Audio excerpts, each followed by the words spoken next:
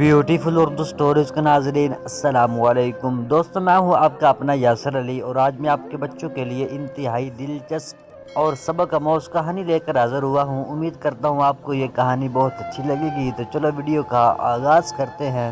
دوستو، ایک دفعہ کا ذکر ہے، میاں کرم دین بزرگ آدمی تھے اور طویل عرصے سے چودھری نواز کے اسبل میں ملازم تھے، جہاں جانوروں کی رکھوالی، ان کے کھانے پینے اور صفائی ستھرائی کا بے حد خیال رکھتے تھے۔ چودھری صاحب بہت رحم دل انسان تھے۔ گاؤں کے لوگوں کے ساتھ ساتھ وہ اپنے جانوروں سے بھی بہت محبت کرتے تھے اور ان کو کسی تکلیف میں نہیں دیکھ سکتے تھے۔ جانور بھی ان کی بات سمجھتے تھے۔ ایک دن کرم دین نے آ کر چودھری صاحب کو بتایا کہ ان کی پسندیدہ گائے چارہ نہیں کھا رہی ہے۔ چودھری صاحب تڑپ کر اٹھے اور حکم دیا کہ جا کر حکیم صاحب کو لے آئیں۔ وہ خود بڑی دیر تک گائے کو پچکاتے رہے مگر اس نے چارے کی طرف دیکھا تک نہیں۔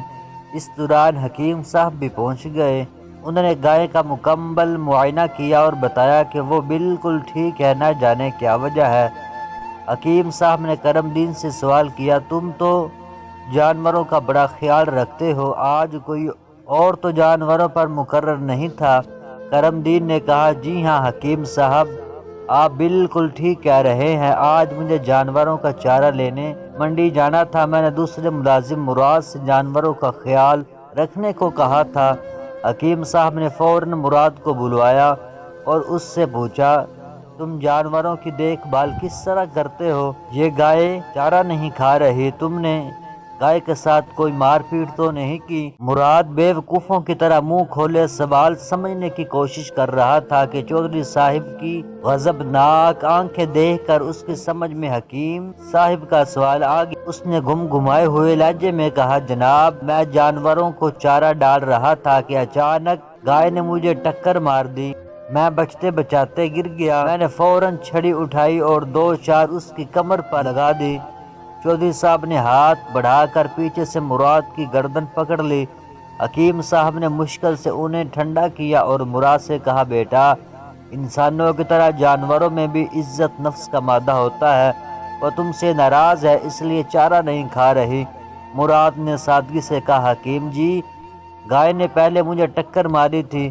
مراد کی بات سن کر سب ہنس پڑے۔ حکیم صاحب نے مسکراتے ہوئے کہا، بے وقوف انسان، جانور چونکہ بے زباں ہوتے ہیں، خوشی یا پیار میں ٹکر مارتے یا لپٹتے ہیں۔ گائے نے تمہیں ہلکی سی ٹکر مار دی تھی، اگر یہ غصے میں ہوتی تو ایسی بھرپور ٹکر مارتی تم اٹھ بھی نہیں سکتے تھے۔ اب ہم لاکھ کوشش کر لیں وہ کچھ نہیں کھائے گی جب تک تم اسے نہیں مناؤ گے۔ مراد بے حد شرمندہ تھا۔ اس نے چودھری صاحب سے معذرت کی اور گائے کو پیار کرنے لگا۔ گائے نے اچانک گردن گھمائی، مراد اچھل کر پیچھے ہٹ گیا۔ سب ہنس پڑے اور گائے نے چارہ کھانا شروع کر دیا۔ تو پیارے بچوں، آپ کے لیے اس کہانی میں یہی سبق ہے، انسانوں سے محبت کریں اور جانوروں سے بھی محبت کریں۔ امید کرتے ہیں آپ اس بات پر عمل کریں گے۔ ملتے ہیں نیکسٹ ویڈیو میں، تب تک کے لیے اللہ حافظ۔